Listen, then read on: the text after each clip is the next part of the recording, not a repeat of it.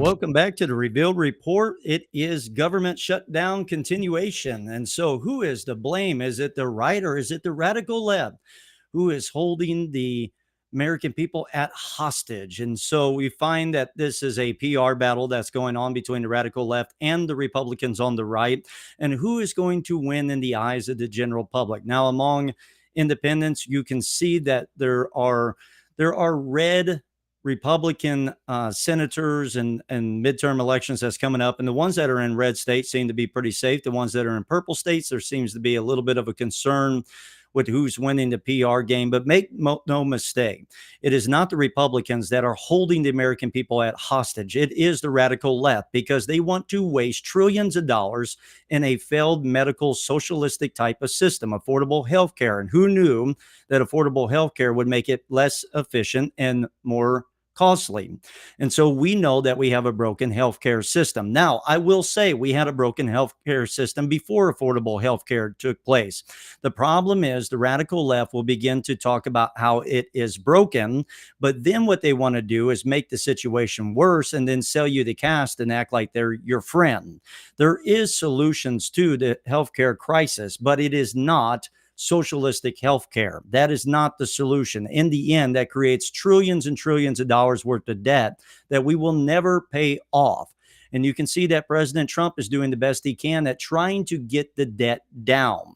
We don't get the debt down by wasting trillions of dollars. And the radical left wants to waste trillions of dollars, not only in affordable health care or so-called affordable health care, but they also want to give it to illegal immigrants. They want to give it to people that's fleeing into our country. And so while there is illegal immigration taking place at a mass rate, now President Trump has closed up the borders for the most part and is getting that down. You can see the radical left wants to blow out the budget year after year after year, just print money right off the presses and rack the debt up and destroy the future of America, all in a noble cause. And it's hard to compete with Santa Claus. It really is. It's hard to compete with those that say they're taking care of everybody while the money is still hot off the presses, going to take care of everybody from cradle to grave. And so there is a PR battle. And I will say it's hard to fight against Santa Claus. Everybody loves Santa Claus. Nobody wants to ask who's paying for it. The taxpayers are paying for it. And so we can't afford to have free give outs on every single thing. I do believe in taking care of the poor. I do believe in when we take care of the poor, we lend to the Lord. I do believe in having a level of compassion. But unfortunately, ever since Woodrow Wilson and the rise of the digressive movement, they have begun to decentivize work ethic. And they said, we will take care of you from cradle to grave. And instead of allowing churches and allowing families and allowing states to try to pick up that burden to help their fellow man, we have federalized it all. We have centralized all the power to the federal government. And so the federal government says, we're going to take care of you from cradle to grave. Even Grover Cleveland, who was a Democrat, did not believe in this, believe it or not. He did not believe in it because he felt like that the federal government works for the people. But when the federal government is paying the people begin to work for the federal government, and it flips upside down. And you can see that now the government has continually been shut down because the radical left wants to blow out more trillions of dollars while there's massive inflation, while people are living paycheck to paycheck, while veterans are not always being taken care of as they should. They want to blow out the budget, even to give health care to illegal immigrants.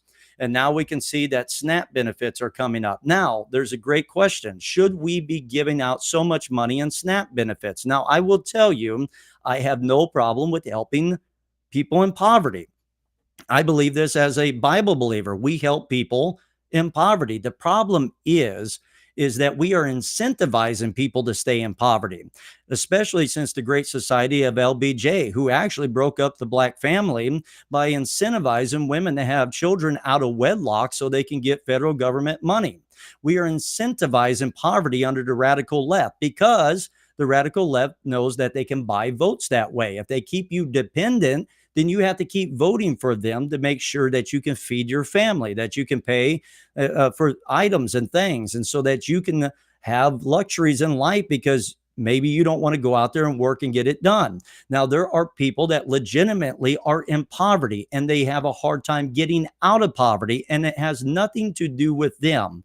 It's not a lack of work ethic. It's not because they don't have a drive. It's not because they don't have a passion. There are some people that are in legitimately bad situations, and we should have a compassionate heart to try to take care of them. The problem is now we have some people that have smoked dope, eat Cheetos all day, and sit on a beanbag chair playing Xbox and not go to work. And yet they want the government to be taking care of them and giving them more Cheetos so they can get their munchie crave taken care of. This is a major problem. The radical left loves people being dependent. They like to enslave people while acting like they're the noble cause.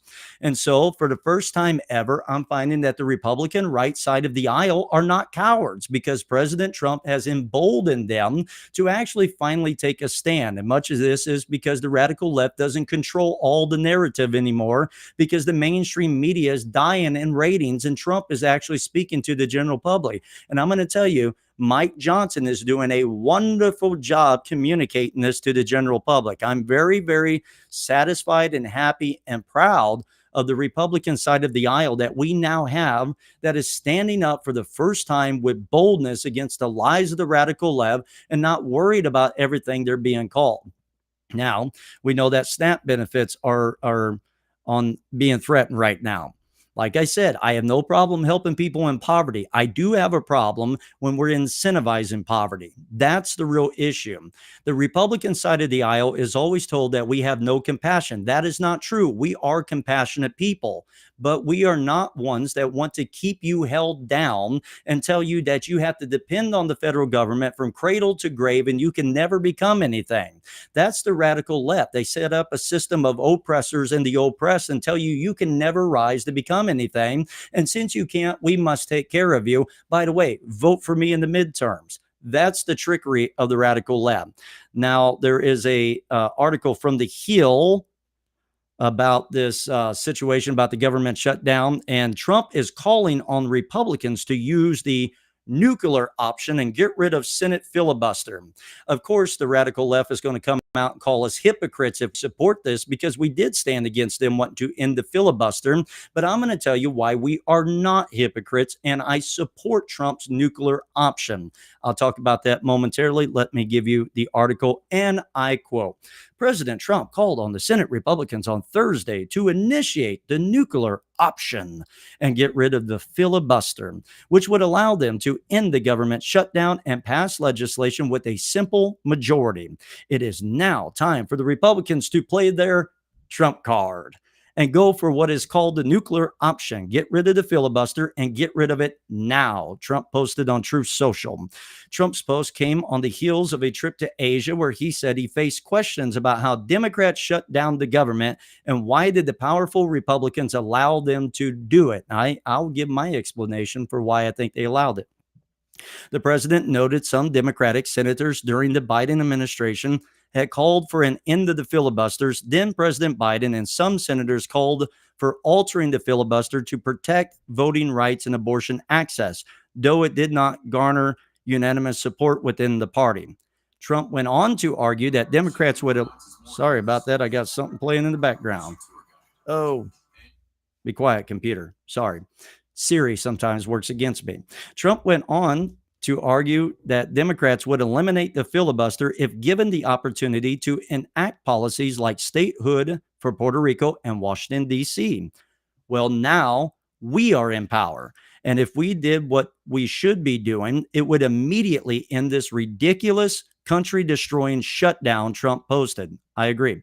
If the Democrats ever came back into power, which would be made easier for them if the Republicans are not using the great strength and policies made available to us by ending the filibuster, the Democrats will exercise their rights, and it will be done in the first day they take office, regardless of whether or not we do it.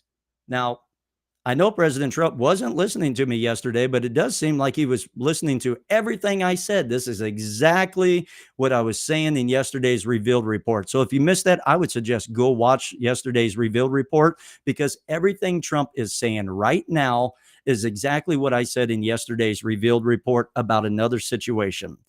I continue to quote from the Hill. The Senate filibuster rule requires most legislation to receive 60 votes to make it through the chamber, giving more power to the minority party and essentially preventing the majority party from passing whatever legislation it wants.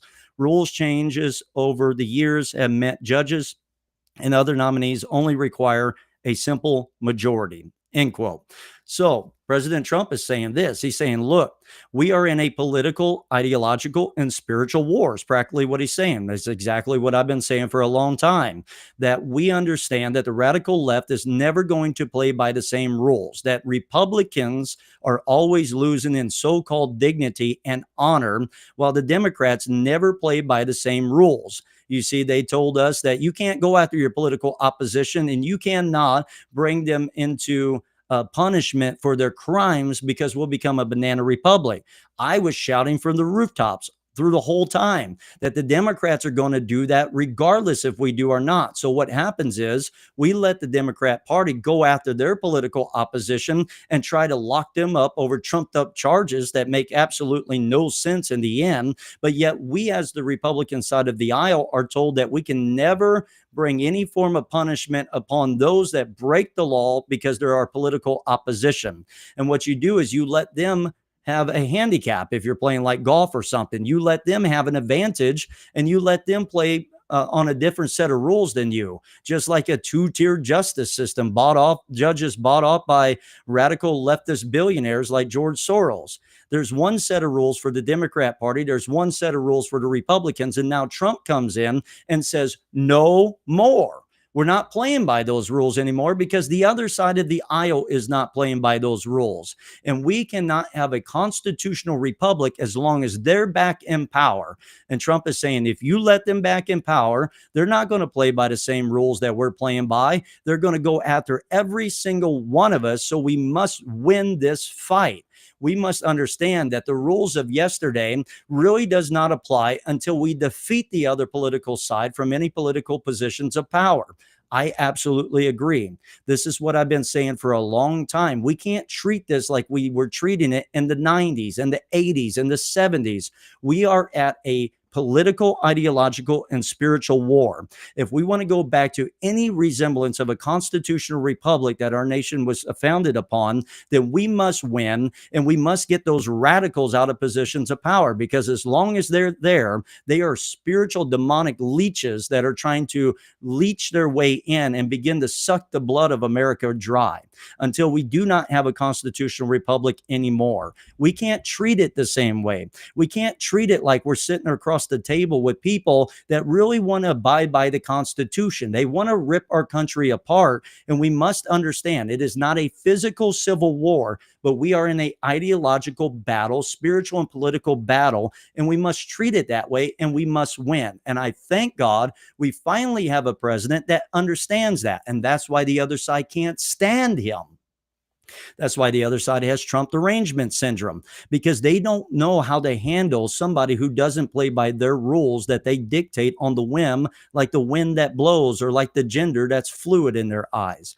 They don't understand how to handle somebody who will not bow to their rule book that they set howsoever they feel to set it. Trump is not playing by their rules. He is nuking their rule book, and he's beginning to defeat them even at their own game. And that's why they have Trump derangement syndrome. That's why they want to call him Hitler. That's why they want to call him a Nazi. That's why they want to call him everything but his name, even though they didn't have a problem with him before he became a Republican. As a matter of fact, many of them loved him until he ran as a Republican, and they began to lose their power. That's the only reason they call him these things, because they don't know how to handle Trump, because he doesn't bow to their pressure like the Bushes, like the Mitt Romneys, and all these other ones that had no spine in them. Now, I want to give you it from my Revealed Dispatch article. I haven't posted it yet, so you're getting it before it's time. I call it Muscle Up or Miss Out, the same thing as my Revealed Report titled tonight. Trump calls the GOP to take the nuclear option. And I quote, "When Donald J. Trump speaks, the political class listens, some in action or some in admiration, others in panic. But this time, he didn't just shake Washington. He challenged the entire Republican Party to grow a backbone. This week, Trump urged GOP senators to invoke the nuclear option to scrap the filibuster and end the 60-vote rule that Democrats have long weaponized to stall conservative reforms. In true Trump fashion, he didn't mince words. It is now time for the Republicans to play their Trump card. He's quite comical, isn't he? And go for what is called the nuclear option. Get rid of the filibuster and get rid of it now. He warned that if Democrats ever retake power, they'll do it instantly without hesitation, and he's right. For years, I've said it from pulpits, podcasts, and pages. The left doesn't play by the same rules. They rewrite them. They bend the system until it serves their ideology, from packing the courts to weaponizing the Justice Department. They've proven that procedure means nothing when power is the prize. While Republicans preach decorum and tradition, Democrats are writing new definitions of law and liberty behind closed doors. And now Trump is calling the GOP's bluff. Either use the tools of power to restore constitutional order or watch those tools be used against you when the other side regains control. This is not just politics, it is a war. Let's be clear. This isn't just a legislative scuffle. This is an ideological, spiritual, and political war for the soul of America. You cannot win a war with white gloves and polite applause. For decades, conservatives have treated politics like a debate club, while the left treated it like a battlefield. They marched through institutions, universities, media, Hollywood, the bureaucracy, and by the time we notice, they changed the rules of engagement. Restoring a constitutional republic means more than quoting the founders. It means having the courage to act with conviction, to fight fire with constitutional fire, and to wield lawful power before lawless power consumes us all. The filibuster was never part of the Constitution. I'm not saying it wasn't a good thing. I'm not trying to eradicate it in that regard. But I believe we're living in a different time frame, and we got to play by different rules because we cannot let the radical left take advantage of us anymore. The filibuster was never part of the Constitution. It's a Senate tradition created in the early 1800s, a man-made procedural relic that has morphed into a roadblock for reform. When Democrats hold power, they treat it as optional. When Republicans hold power, they treat it as holy. Enough. That's what Trump is saying. That's what I'm trying to say. If America is to be rebuilt on her original foundation, then power must once again be used to protect liberty, not preserve Washington etiquette. Trump's call is a reminder. Rules matter only when they defend righteousness, not when they serve corruption. Trump's message exposes a deeper truth. Once I've declared for years, you cannot restore order with cowardice. The left will not surrender its control out of fairness. The only way to rebuild this nation is through courageous conviction and constitutional strength. It's time for Republicans to stop apologizing for winning. Stop fearing headlines. Stop trying to earn the approval of the very elites who despise the people you represent. America's founders didn't sign declarations to be polite. They risked their lives to preserve liberty. That same spirit must rise again if this republic is to survive. The verdict. Trump understands what the moment demands. If conservatives won't use power to defend truth, the enemies of truth will use it to destroy this nation. The nuclear option isn't about vengeance, it's about preservation. Either we muscle up now or we watch the last embers of constitutional government fade into the ashes of a once free nation. The time for timid politics is over. The time for righteous resolve has come. It is time for the GOP to continue to push back, and I'm glad that they are. And the only reason they are is because of that orange man with strange hair and too many red ties that the radical left can't stand. So we need to be thankful that he won the presidency. Now, so what about SNAP benefits? Well, President Trump really does care. They said he doesn't care. No, he actually does care. It's the radical left that doesn't care. The radical left, you have Cory Booker out there saying, you know what, we're going to make sure nobody, he didn't say this. I'm just telling you what it comes down to. We're going to make sure nobody gets SNAP benefits because we're not getting the health care we want. Because we shouldn't have to pick over food or health care. We can't give out everything free. It's that simple. You can't run your household like the government's running their budget. Eventually, the house of cards is going to begin to fall. We have to figure out how to slim down the Leviathan. The fact that we are so dependent on the federal government running and not being able to shut down for a month shows us how big the federal government has become. Yes, we can be compassionate, but that doesn't mean we have to give out tons of money and destroy our future. There is a balance in between. But the radical left will never find that balance, or they'll never even try to communicate to find that balance, because the radical left wants to weaponize everything they can to destroy their political opposition and claim to be noble and buy your votes by saying they're going to take care of you from cradle to grave and that they're liberating you, while they're actually holding you in bondage because you're dependent upon them. That's what every Marxist regime does, and they call it equity, which used to mean something, but now it doesn't mean anything. What it means is tear down the republic and push us into some fascistic, globalized Marxist system where you have to depend upon the government, even to the point that under the UN 2030 agenda, the Great Reset ideology, you'll own nothing and be happy. No private property rights. You know what that means? You become a leaser, or they become the leaser that's leasing you everything you have, from your home to your vehicle. The government owns it all, merged with private corporations, and you get to have it leased to you. They own it, but yet somehow you're going to be happy. That's the radical left for you, which sounds just like Karl Marx, doesn't it? Who didn't like private property, who felt that private property was a thing of injustice.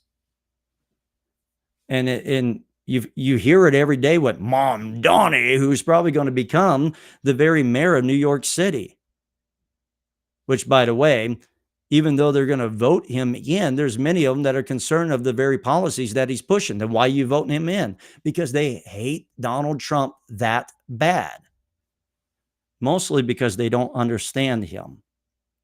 I believe if they actually understood him, they would make him a hero, because of what he's doing in our nation, and the history books will show what he's done for our nation. Time will tell the truth. So Cory Booker, AOC, all of them, Chucky Schumer, all they're doing is holding the American people hostage, and they're making sure that no crisis goes to waste, because in the words of Catherine Clark, they want to use this as leverage. And now Donald Trump, he allowed it to go on. I believe they were exposing that it's the radical left, it's the Democrat Party that does not really have care for the American people, even though they lie about it. They're trying to use it as leverage, even to the harming of American people, to try to use it against their political opposition. And Trump has let it go on, but now he's saying, hey, GOP, we need to use the nuclear option. Show the Americans who the true compassionate people are. And I believe that's what Trump is doing. And I believe Trump is absolutely right in what he's saying about the political opposition. Now, I want to go to this because there is one that we can't seem to get rid of. I mean, I don't know what it is about the Democrat Party. They tried to fail their way up to the top. I never heard of this in any other thing, but they try to fail their way to the top. So Calamity Kamala Harris, also known as Kamala Harris for those that doesn't understand how destructive she would have been. Calamity Kamala Harris is not going away. Now, she's not going to win as the president. I doubt she's even the nominee for it. But Calamity Kamala Harris is not going away, and she wants to run for president still, and she's just nuking everybody, throwing everybody under the bus.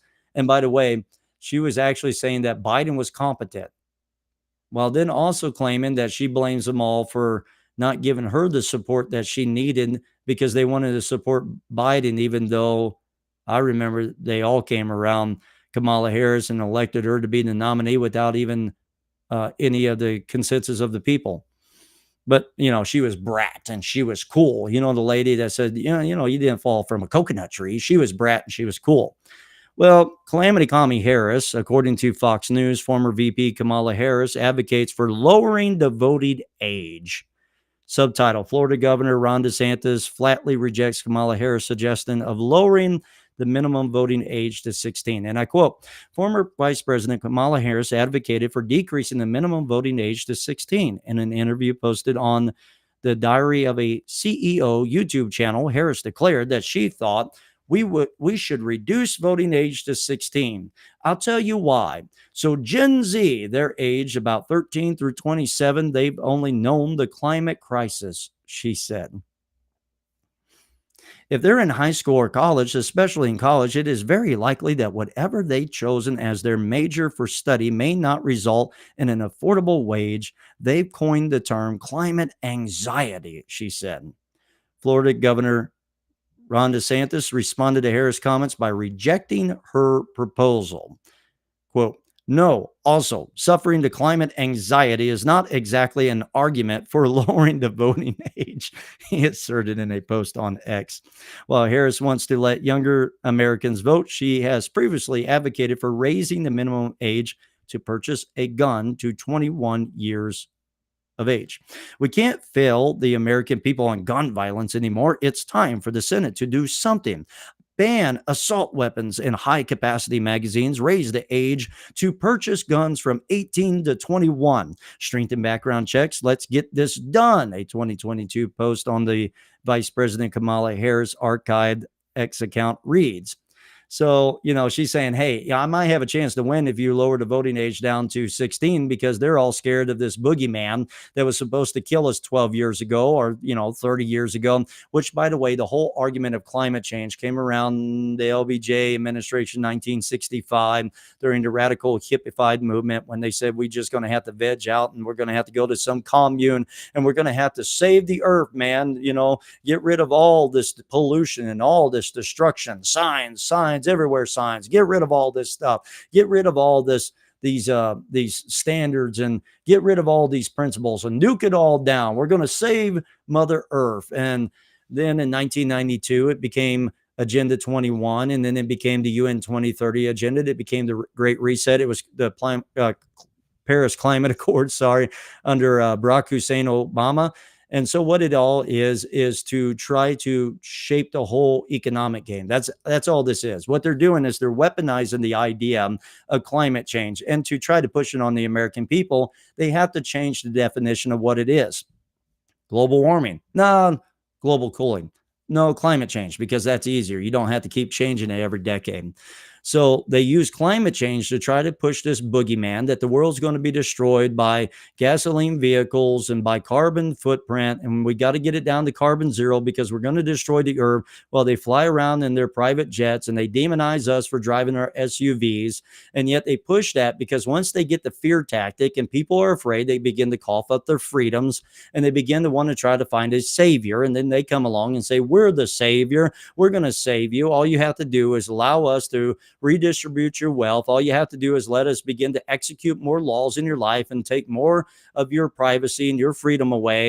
And we're going to be able to save you from tsunamis and hurricanes and volcanoes and wildfires, because every time there's a national crisis or something goes wrong and the climate does what the climate has always done, then they're going to say, well, this is because you're driving around your gasoline vehicles, you evil monsters. And we got to get rid of all the gasoline companies and we have to go to renewable energy. Then they begin to pick winners and losers in what's supposed to be a free market, private, a capitalistic society. They begin to redefine shareholder capitalism, the stakeholder capitalism, and then they begin to use the FDIC to begin to strap on more stringency on companies they deem to be high risk so that they can cut off the money flow and they can redistribute it wherever they know that people are going to begin to bow to their tyranny, and they're going to push social justice and environmental justice, and they're going to begin to push this private public partnership called the Great Reset until you own nothing and you're happy. That's what they want. That's what climate change is all about. And then they'll use their Greta Thunberg's "how dare you" coming out and demonizing everybody and playing on everybody's emotion. You see, Kamala Harris is even using this game about SNAP benefits going away. Look, that's a serious concern. Something needs to be done. Trump's working on that, trying to get the GOP to work on that. But she comes out and says, these babies are going to die. They're going to starve to death. Everything they do is to play on your emotions because they don't have too much intelligence to actually put together a good argument.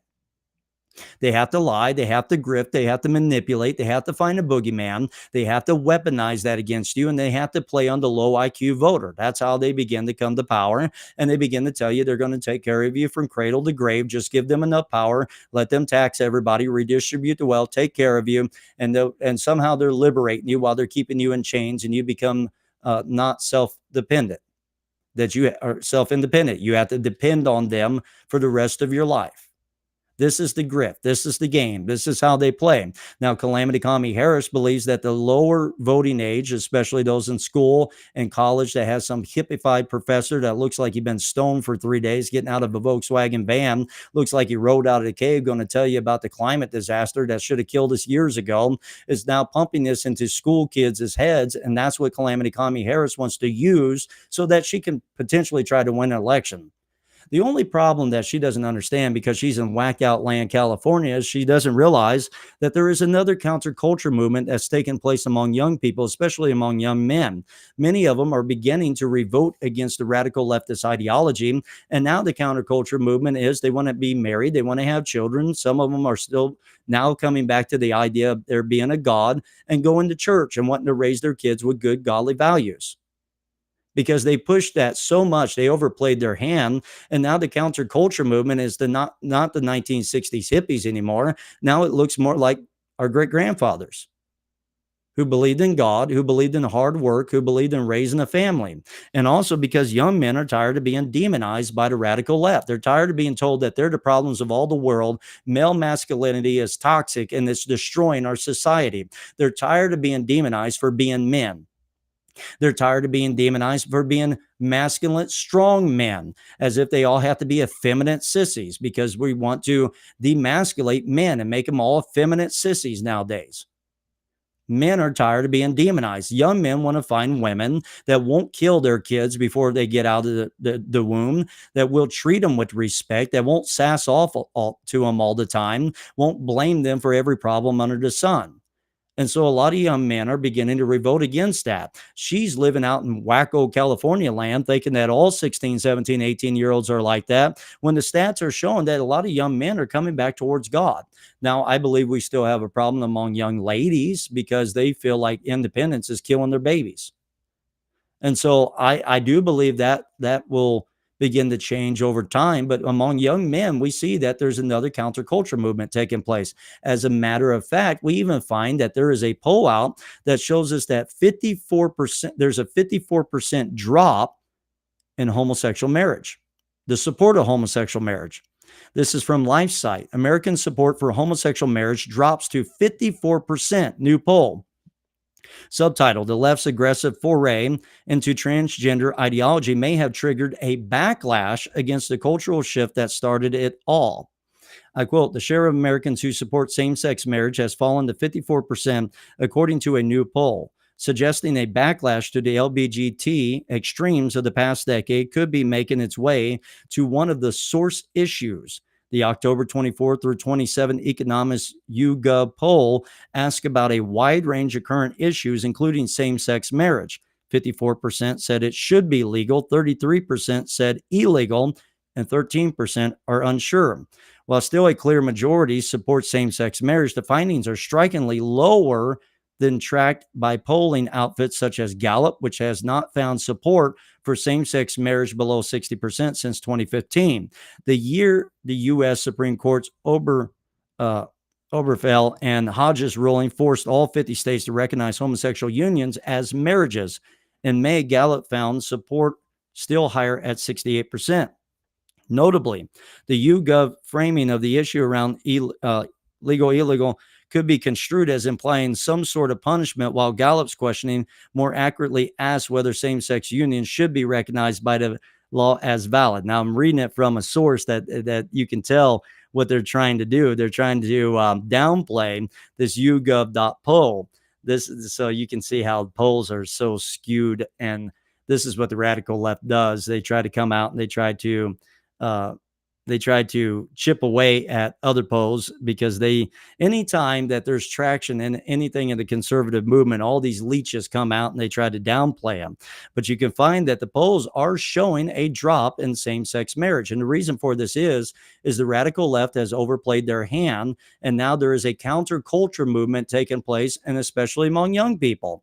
And part of this is even among the black community, because you had Barack Hussein that came out and demonized black men for not wanting to vote for Calamity Kamala Harris and called them sexist. I think it was. I think he said, "You all are sexist," is paraphrasing that. And so now there's a counterculture movement. And now many of them are coming back towards more conservative principles.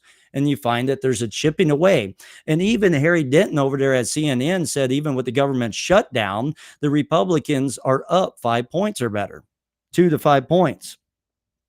Now, I do want to get to some other things that I need to real briefly. Candace Owens is now going after Don Jr. It's not enough to go after TPUSA. It's not enough to go after Erica Kirk. It's not enough to go after Donald Trump. It's not enough to go after Israel. Now she has to go after Don Jr. and telling him that he needs to just be quiet, not lie, just be quiet. I think the only person that really needs to shut their mouth is Candace Owens at this point. I mean, she is lying one thing after another thing, after another thing, after another thing, after another thing.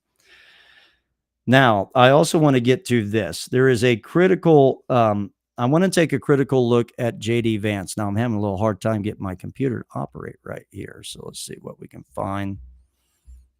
Now, I got a video for you, but my system is failing me. Let's see what we can do here. Okay, there it is. I don't know what's going on. Gotta love it. But I want to take a look. I told you yesterday that I have a concern with JD Vance and something that he said at the Turning Point USA speech. Now, overall, JD Vance did an incredible job. I like JD Vance. I support JD Vance. Okay. I love JD Vance. So let me preface with that. I'm worried about his stance on Israel outside of Trump, because let me play the clip and then let me follow up with it. Here's JD Vance.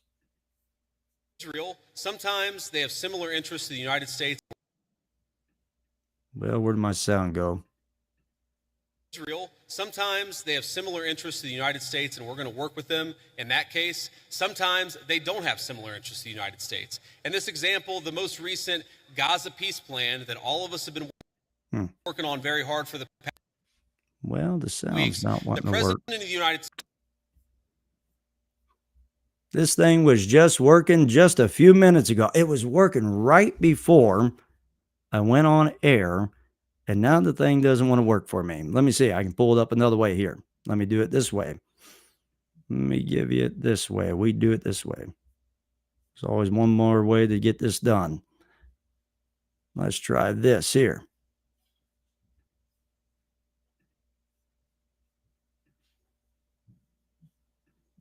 I'm going to give you the audio to the best of my ability. Let's give you the audio. See if we can make this work.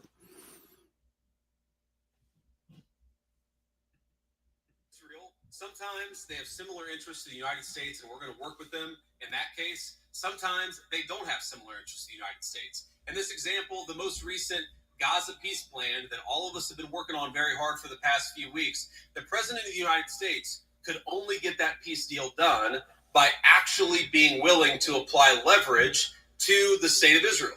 So when people say that Israel is somehow manipulating or controlling the President of the United States, they're not controlling this President of the United States, which is one of the reasons why we'd be able to have some of the success that we've had in the Middle East. Now, you ask about, sort of Jews disagreeing with Christians on certain religious ideas. Yeah, absolutely. It's one of the realities is that Jews do not believe that Jesus Christ is the Messiah. Obviously, Christians do believe that. There are some significant theological disagreements between Christians and Jews. My attitude is, let's have those conversations. Let's have those disagreements when we have them. But if there are shared areas of interest, we ought to be willing to do that too. For example, one thing I really care about is the preservation of the Church of the Holy Sepulchre in Jerusalem. Christians believe that that is the site where Jesus Christ was crucified and also that his tomb is right there as well.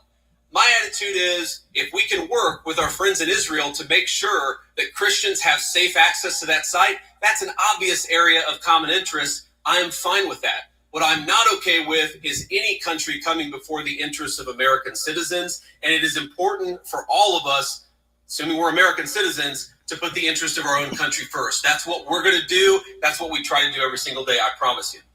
Thank you. All right, that speech sounds very good, but I have a concern with what JD Vance is saying there. And I do not believe supporting Israel is not putting the interests of America first. I don't like the idea of the American isolationist thought that is rising up among some on the right. And JD Vance said that this president is not being controlled by Israel. Well, my question is, if Biden was being controlled by Israel, then Bibi was doing a very, very poor job at controlling Biden. Was he controlling Obama? Because Obama was trying to get Bibi out. Anybody remember that when he was trying to interfere and meddle in the election of Israel so that Bibi would be taken out so they can get some socialistic leader over there in Israel? Was Bush, who wouldn't sign off and wouldn't throw in really full support to the Israelites, the Jews over there? What about Clinton? I don't see where Clinton was fine with the nuclear deals. It was Obama that was fine with the nuclear deals. Anybody remember when Bibi came to our territory and he began to talk to our Senate and talk to the House of Representatives because of the concern of nuclear weapons rising up under the deal under Obama? And Clinton was the same one. If he was controlling past presidents, he was doing a very, very poor job at it. So I reject the whole premise that JD Vance is saying there. I support JD Vance. I love JD Vance. I agree with JD Vance on many, many things. But this one thing, I absolutely reject the entire premise of it. And I know what he's doing. He's trying to play against the very things that are being said by Candace Owens and others, that Trump is Bibi's puppet and America is going to fight Israel's war and all of those conspiracies. He doesn't have to stoop down to play against that. It's radically ignorant anyways. The past presidents were not controlled by Bibi Netanyahu, and if that was the case, he was being played himself because they were not seemingly trying to stand against Iran getting a nuclear weapon. It's in America's best interest to defend our democratic ally over there that can help ward off the rise of terrorism in the Middle East. You don't let our enemies begin to take over more territory and become stronger and act like they're never going to turn that power on you.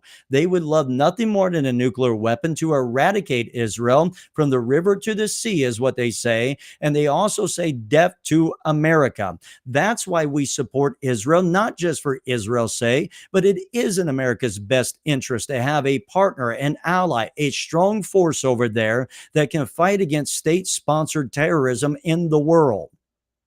So I don't like the American isolationist movement that I see rising up. Isolationism is not America first. It's not even pro-America in the end, because you're empowering your enemy to take more territory. Anybody know how Hitler was wanting to take America? He wanted to take over all of Europe and eventually turn on us over here in the West. You don't let the enemy take more territory. Antiochus Epiphanes, who is the prototype of the Antichrist from the book of Daniel, took the very holy land by gaining more power, taking Egypt and taking more territory, until he had enough power that the cowards in Jerusalem sold out their brothers and allowed him to come in and take their temple and take their very land. You don't let the enemy take more territory and act like they're never going to turn that power on you. So I love JD Vance. I vehemently disagree with what he's saying here. I vehemently disagree that we need to become isolationists. I believe that we need to be supporting our ally that can fight against that type of terrorism overseas.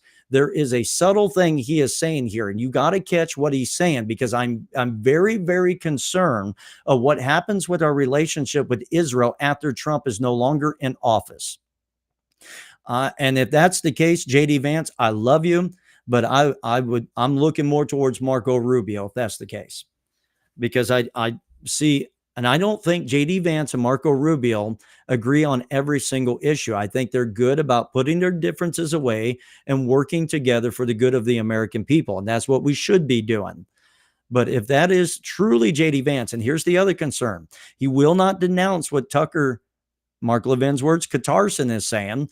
I have even heard Tucker Katarsin talk about laughing as if Sharia law is not even a real thing, as if Sharia law is not even a bad thing.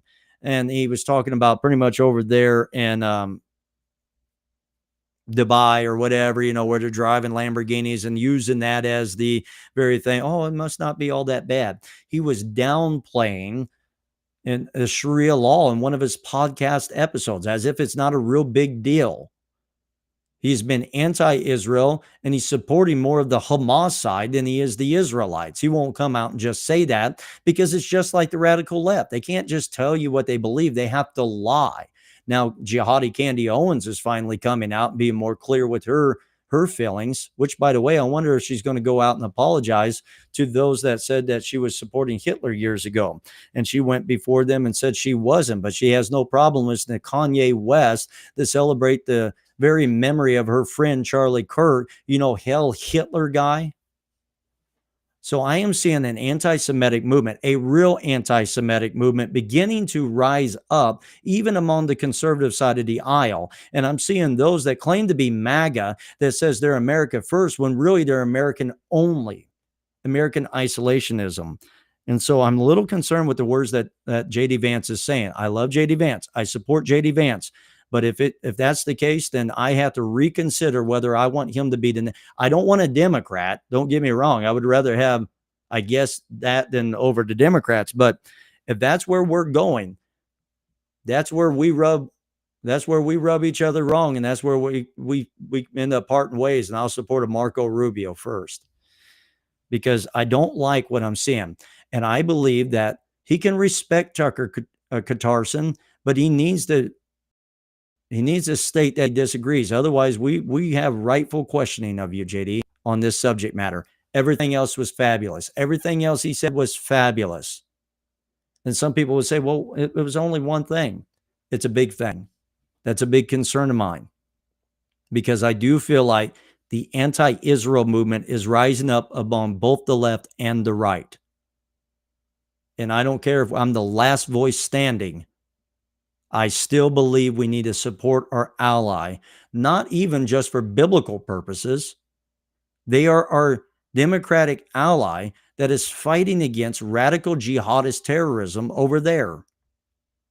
And so I'm very concerned with the future movement of some on the right. And I pray that somebody can get the attention of J.D. Vance and really.